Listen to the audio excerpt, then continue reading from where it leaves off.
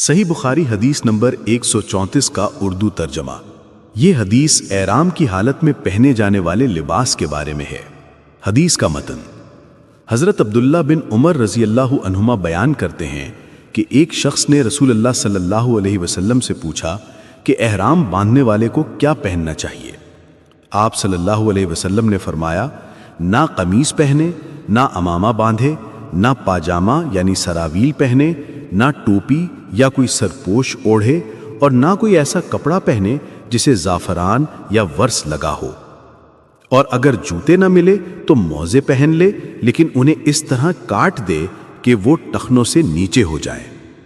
وضاحت: یہ حدیث حج یا عمرہ کے لیے احرام کی حالت میں مردوں کے لیے لباس کے مخصوص احکامات بیان کرتی ہے۔ ممنوع لباس یا قمیص، پگڑی، امامہ، پاجامہ یا شلوار یعنی سراویل، ٹوپی یا سر کو ڈھانپنے والا کوئی بھی لباس، بنس اور زعفران یا ورس سے رنگا ہوا خوشبودار کپڑا ممنوع ہے۔ یہ سب سلے ہوئے کپڑوں کے زمرے میں آتے ہیں جو احرام کی حالت میں نہیں پہنے جا سکتے۔